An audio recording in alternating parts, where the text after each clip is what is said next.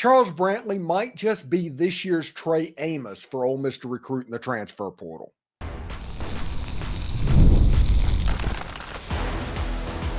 You are Locked On Ole Miss, your daily podcast on the Ole Miss Rebels. Part of the Locked On Podcast Network, your team every day. Welcome to the Locked On Ole Miss podcast, your daily podcast on the Ole Miss Rebels, part of the Locked On Podcast Network, your team every day. I'm your host, Steven Willis, a 10-year veteran member of the national media and a former Ole Miss staff member. On today's show, we're diving into Ole Miss recruiting and why Charles Brantley of Michigan State could be this year's Trey Amos. Zach Berry from On 3 has already RPM'd him to Ole Miss, and Brantley also comes with a ton of praise from PFF as well. This could be the cornerback that Pete Golding has been looking for as he continues to build a dominant defense towards that 2025 season. Stay tuned for all the details and what it means for the Ole Miss Rebels moving forward. We're free and available on all the podcast apps and on YouTube. Thank you for making Locked On Ole Miss your first listen every day, and a special hello to the insiders and everydayers who make the show what it is. Don't forget to find that second listen on the network, Chris Gordy at Locked On SEC and Corey Burton at Locked On Vandy. They offer great perspectives on college football, the SEC, and even Ole Miss, honestly. So check them out. The college football playoff is here, and you don't want to miss a second of the action. The college football playoff is presented by Allstate. It begins with 4 first-round games, December 20th and December 21st on ESPN, ABC, TNT, and Max. So Charles Brantley visited Ole Miss a little while back, and Ole Miss is recruiting, and he's kind of like drifted underneath the surface of what everybody was paying attention to. And that's unfortunate because of how good he actually is. But with the Jayden and Blockway rumors and Justice Haynes and all of the skill positions on campus, a cornerback maybe didn't garner the headlines as one of these players. But Charles Brantley is a really good player. He potentially could be this year's Trey Amos. If you want to look at his stats at Michigan State, he had 27 tackles overall, 7 passes defense, 3 interceptions. The secondary for Michigan State this year as a whole was a pretty good unit. But under Jonathan Smith in the first year, this is what he was able to put together. A good player indeed. If you look at his PFF grade, he went 78.3. That number is higher than any number that Trey Amos had in his career before transferring to Ole Miss. That 78.3 number. And if you just want to drill down on it, in the midpoint of the season, he had allowed only 8 catches and 20 targets, 0 touchdowns allowed. He had 2 interceptions at that point and 3 pass breakups, and he had a 9.6 passer rating allowed. Again, Zach Berry, crystal balled or RPM'd, whatever you want to call him, to Ole Miss on yesterday morning. So it's probably looking fairly promising for Ole Miss as we sit right now. But this guy could set everything up. Everybody's going to want to talk about Jayden and Blockway. Everybody's going to want to look at these other positions, what's going on. And the drama surrounding Jayden and Blockway, yes, that is worth talking about. And he is potentially an elite level cornerback as well. But I do think that Charles Brantley has kind of fallen in between the couch cushions a little bit of how good of a player he could be. This isn't an also-ran player. This isn't somebody that you're getting just in case. This is a top-level type player that is designed to go on this defense. Now, if Ole Miss gets a Jayden Mbakwe, you can play them both at the same time, and your cornerback room is potentially one of the better ones in the entire country. So we'll see exactly how that looks for Ole Miss on the back end of that defense. And in the third segment, we're going to talk about some of the players that Ole Miss are losing this year and how many of them are playing in the Gator Bowl. Lane Kiffin in the press conference yesterday said that he anticipated everybody suiting up and playing in the game except for Chris Pupal. He's the only opt-out that Ole Miss is probably looking at seeing. And I told everybody I have theories about what's going on with that in like the top-level players of what's going on. It's not so much them that's going to opt out in the future. It's going to be the players that are mid-level that are trying to go to that next tier and maybe Chris Paul got a draft grade to where he thought he could just maximize that. But congratulations to Pooh. Go be great. All good, man. So on the defensive backfield, Charles Brantley, big, major position. Isaiah Hamilton, I think, is due back. Chris Graves is due back. Cedric Beavers is due back. Just as far as Ole Miss players that are returning, Beavers was injured for most of the season. So you can see in the transfer portal, Ole Miss trying to work out and build out that cornerback position. There's two money positions that Ole Miss needs to find currently this offseason. One is wide receiver. We're going to talk about that in the next segment because it's interesting. We're getting our RPMs and predictions from people that might know a little something about the situation. We'll let you know about that in just a second. But the other one is the cornerback position. And Ole Miss has a chance to get not one, but two really good ones. And you're going to worry about is like, oh, well, I don't want to overpay. And they're like, yeah, that's exactly what needs to happen. But the flip side of that is you're trusting people to make these decisions with the amount of money that they have. If they deem that they can go up to that number, who are we to doubt them? Because we haven't seen the whole pie. All we see is a number is like, man, that sounds like really expensive. You know, be trustworthy of the Grove Collective and Lane Kiffin and all that to make sure that they're not going to overspend. And Charles Brantley absolutely fits the bill of a high-level cornerback for Ole Miss. Jaylen Mbakwe, we'll see what happens with that as well, because as of recording today, which is Tuesday, I've got jury duty on Wednesday, by the way. That's the reason I'm recording so early. But there's been no resolution on that other than the director of on-campus recruiting saying the exact same thing that Ryan Williams said last night that caused everybody to go into a tizzy at midnight. So the answer is nobody knows what's going on with that situation. Charles Brantley, though, everybody kind of has a good idea on that one as well. And he wasn't the only player that got an RPM. Ole Miss also RPM'd a wide receiver. And Ole Miss is in a unique position at the wide receiver position to where they can take 2 out of 4 of the people that they brought on campus. And we'll talk all about that in just a second. But Charles Brantley, a major, major player, and he deserves priority. He deserves everybody talking about him. He is simply one of the best cornerback prospects in this entire transfer portal cycle, and Ole Miss has a real shot to land him.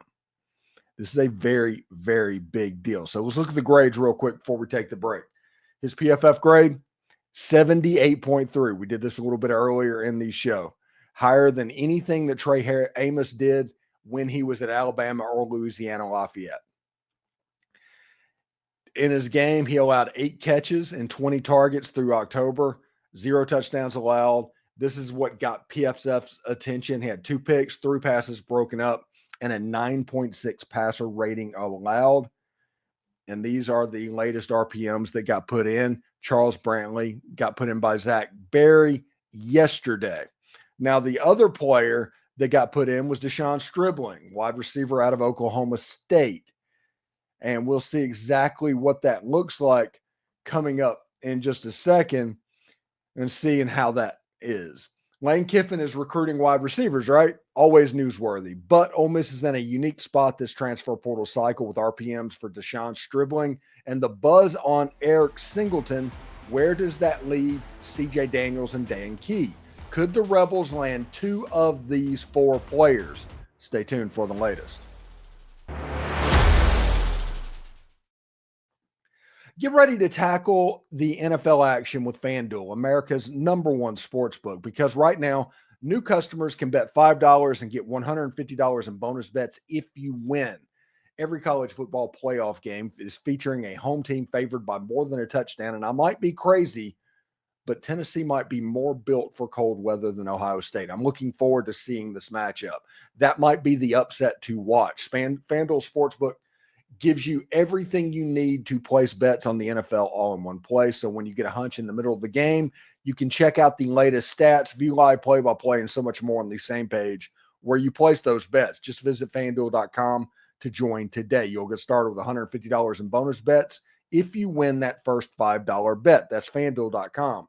Never waste a hunch and make every moment more with FanDuel, an official sportsbook partner of the NFL. You know, nothing gets me more excited than watching Ole Miss football and making a little extra cash while I'm doing it. That is why I love Prize Picks. It's so easy to get in on the action. This week, I'm thinking about the Gator Bowl and what I'm looking at what can happen. Like, will Jackson Dart get more than 250 passing yards? Jordan Watkins should be a cinch for more than 80 receiving yards in this game and a sneaky pick in this game. I have a gut feeling on this one. Suntaran Perkins, more than 1.5 sacks. It's fun. It's simple. It makes every game feels like you're part of the action. And I had the flex play hit last week. And even though one of my picks missed, I still cashed out. That is why Prize Picks is my go-to. Prize Picks is the best place to turn your opinions into real money. It takes less than 60 seconds to make your picks. And with weekly promotions like Taco Tuesday, you can even add more value. Think discounts on player projections up to 25%. Plus, Prize Picks puts its members first. When my picks hit, I get my winnings fast, sometimes in as little as 15 minutes. Here's the best part.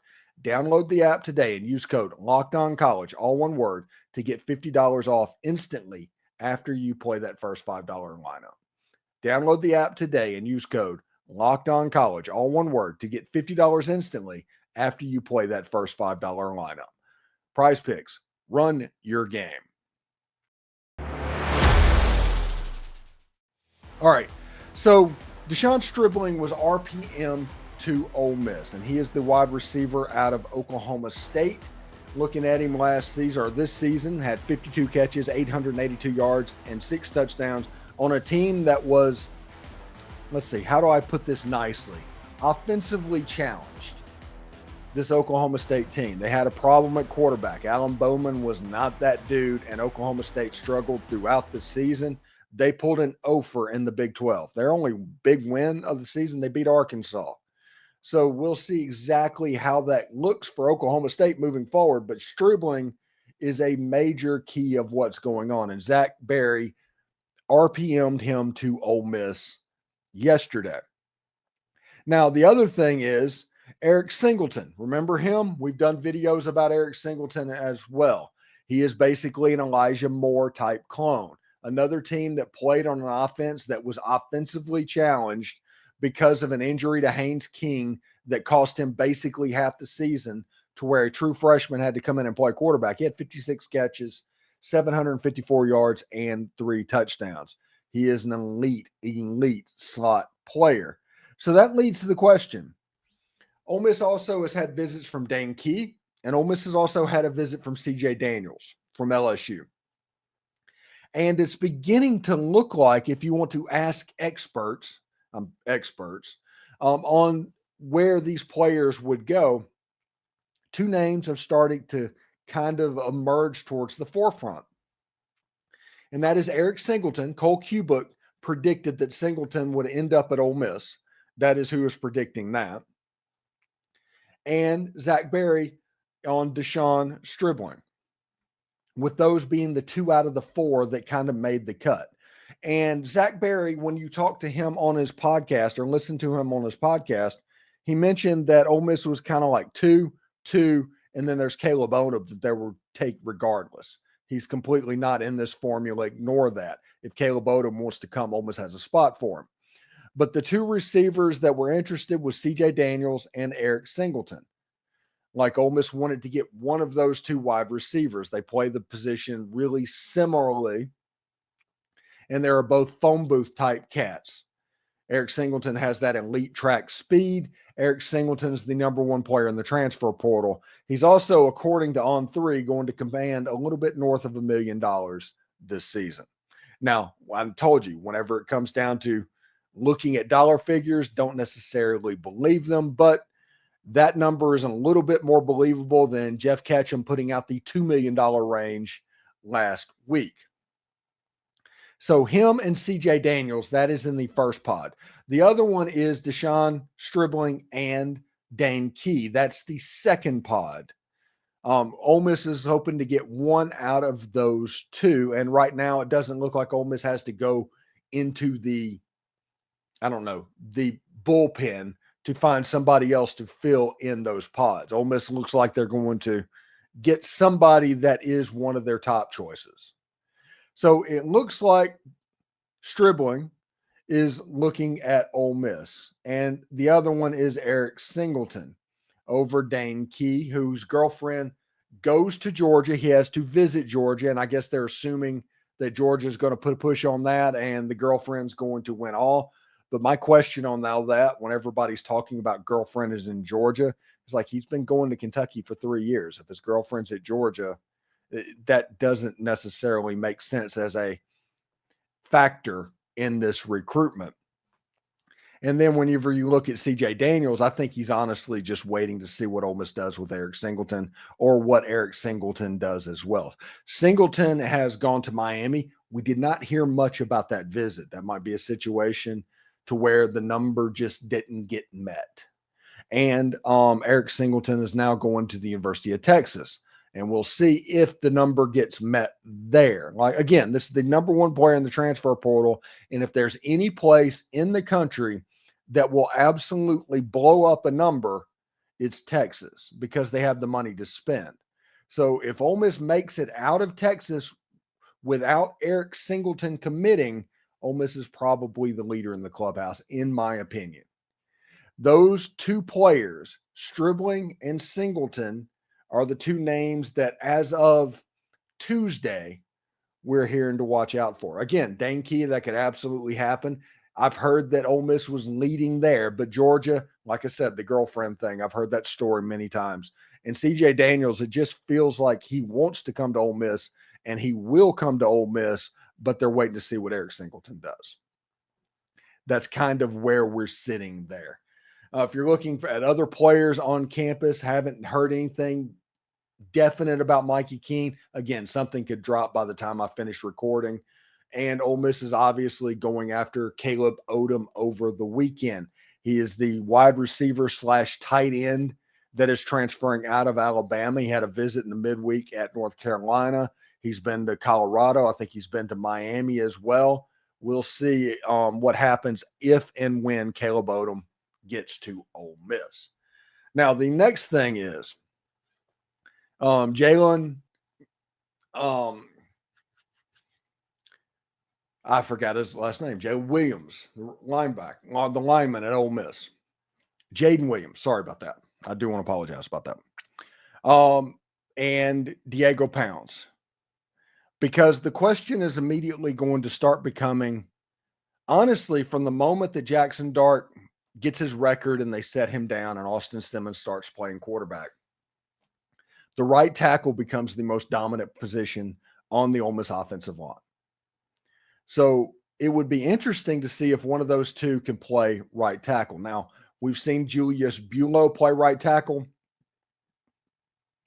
but playing the right tackle position can be a little bit difficult at times. You would like to see if Williams or Diego Pounds can play that position in the Gator Bowl and in the Gator Bowl practices, which they're doing right now, by the way. I'm not anything like speaking anything crazy, but you do want to know that if it can happen.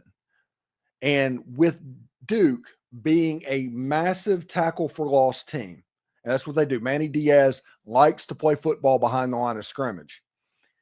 It's a massive tackle for loss team that will put pressure on your tackles, both right and left. So Ole Miss needs to, in my opinion, use this game to figure out if they need to hit the transfer portal to go find themselves a right tackle. I think the moment that the zeros hit in the Gator Bowl in the fourth quarter, right tackle becomes the second most important position that Ole Miss can go after. Again, Justice Haynes was on campus yesterday, and Ahmad Hardy, I think, is visiting Missouri before he goes to Kentucky. We'll see exactly how the running back position goes. And Kyron Lacey committed to Ole Miss. So running back is kind of starting to head down the road of being a finished product. But that right tackle position, gossip-wise, I haven't heard any names at this point, but I am curious to see what Ole Miss plans to do with right tackle. Should be pretty interesting indeed. In our final segment, we're going to break down the Ole Miss defensive backfield heading into the Gator Bowl. It is the final game for key upperclassmen like John Saunders. He was the perfect transfer portal success story. Trey Washington, who seamlessly replaced A.J. Finley as a leader, and plus Trey Amos, who has been dominant all single year. Do not miss it. You know, it's that time of year. The college football playoff is back, and with the newly expanded 12-team format, it is guaranteed to be bigger and better than ever, bringing you all the hard-hitting and high-flying excitement that you love. TNT sports coverage of the college football playoff begins December 21st, starting with the college football playoff kickoff show presented by AT&T at 11 a.m. Eastern. Leading into our first matchup, the Southern Methodist Mustangs battling the Penn State Nittany Lions at noon. Then the Clemson Tigers looked to upset the Texas Longhorns in a showdown at 4 p.m. Eastern. So don't miss a moment of the action. Watch the college football playoff presented by Allstate live on TNT, True TV, TBS, and Max. So changing gears a little bit, we're going to change gears a little bit to the Gator Bowl and what is going on there. And I think I wanted to take this opportunity and a little bit of shows before the Gator Bowl to kind of give some deserving players a little bit of their flowers, essentially.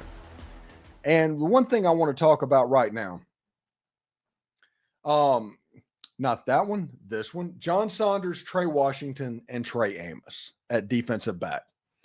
This defensive backfield, you didn't hear too much about, but a lot of that has to do with how good they were all year. The only one that people talked about were the other side corner players, and that was in large part because of how good this unit was. Listen, Mike Huseman let me know about John Saunders transferring to Ole Miss before he came in. He was the one that kind of told me what was going on, kind of broke that, if we're going to be honest about it. John Saunders transferred to Ole Miss from Miami of Ohio and became the ultimate transfer portal success story, especially a G5 success story. You know, you remember what Pete Golding did in between the 2023 and 2024 season, to where they kind of rebuilt their offensive and defensive line, and they attacked the transfer portal a very certain way. John Saunders was the exception to that rule of a G5 player that came into Ole Miss and became everything you hoped he would be.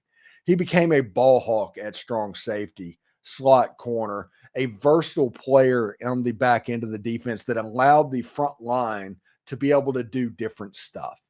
And with Ole Miss being a little bit different, even when the Rebels in the defensive backfield was having trouble with the holding, with the flags, whenever that happened early in the season, that wasn't on John Saunders. John Saunders was simply everything that Ole Miss recruited a defensive back to be, and was absolutely a fantastic player. And I am, of course, looking forward to see John play one more time.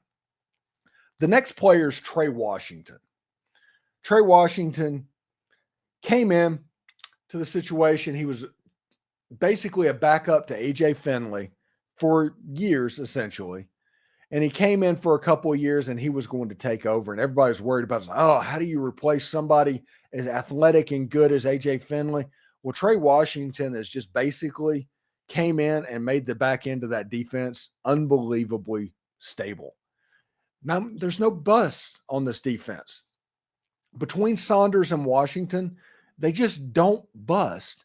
And that is a rarity in college football that you need to look up for. Again, Trey Washington, I get to see him one more time. I'm going to miss him greatly. And replacing John Saunders and Trey Washington are going to be major, major keys in this Ole Miss defense. Now, the last player is Trey Amos. And we talked yesterday about Amos Island. And the whole last part of the season, this player from Alabama came in and basically just took it over. The whole second half of the season, you didn't even hear his name because they didn't even look at that side of the field of how good of a player he was. They were trying to figure out, would go after Isaiah Hamilton or Jayden Kennedy or Chris Graves on the other side, but they weren't going at Trey Amos. And that was such a big deal in the pass game, especially with the pass rush that Ole Miss had. Whenever you didn't have very long to get rid of the football to begin with, Amos taking away half the field and two safeties that didn't bust made that defense into what we hoped it would be. I'm telling you, it's a big time deal. A big deal. Of all the players that are playing their last game, and like we said, other than Chris Pupal, pretty much everybody's playing per Lane Kiffin yesterday. Knowing that, going after the third year out of 4 with 10 wins for this Ole Miss football team. Remember, the first time they won 10 wins, I think it was the first time they ever did it in the regular season. But having 10-win seasons 3 out of 4 years, that is a big deal. And a lot of that has to do with the secondary just being solid, having a completely locked down guy in Trey Amos and two guys that absolutely didn't bust and did everything that you asked them to do, playing at the safety position. That area is going to be more difficult to replace than we realize. That's one of the reasons we talked in the first segment about Charles Brantley and what he could bring in this situation. I'm sure that Jayden Mbakwe from Alabama, everybody's thinking about that, but Brantley would provide a lot of the same stuff that Trey Amos did. Just a solid corner guy that has been coached up to playing in the Power 5 or Power 4 type level. So I've got jury duty today. Okay. So I will be away from the computers. I will not be, being much of anything essentially. But while I'm trying to determine if I'm going to be chosen for a trial, we'll see what's up. Wednesday night, Brad Logan tonight. We'll have him on the channel. Tomorrow, SEC Squad Show. And I will record for Saturday and Sunday, Tom Vanderford and Michael Katz as well. And hopefully, depending on how I feel and what's going on and all that, that should be about it until Christmas week. And then Christmas week will be just the Locked On Ole Miss podcast. Just this podcast would just release those 5 shows every day, including Christmas morning, and see what's up with that leading into basically the Under Armour game that is set up for like the media day is like the 28th or 29th or something like that. And I will go see that. I will go to practices and get ready for the Gator Bowl for a pregame show and an instant overreaction. So we'll see exactly how that goes for Ole Miss and the Locked On Ole Miss podcast. So it should be pretty interesting indeed. Thank you for making Locked On Ole Miss your go-to source for Ole Miss sports. We pride ourselves in offering the most comprehensive perspectives, which is why we're the number 1 Ole Miss podcast out there. Your support means the world to us. Thank you so much for making Locked On Ole Miss your first listen today. For your second listen, check out Locked On SEC podcast. Host Chris Gordy holds no punches covering the best conference in college football. Find Locked On SEC on YouTube or wherever you listen to your podcast. I'm at jury duty. Hopefully you're listening to this. Hotty toddy, everyone. I'll see you tomorrow.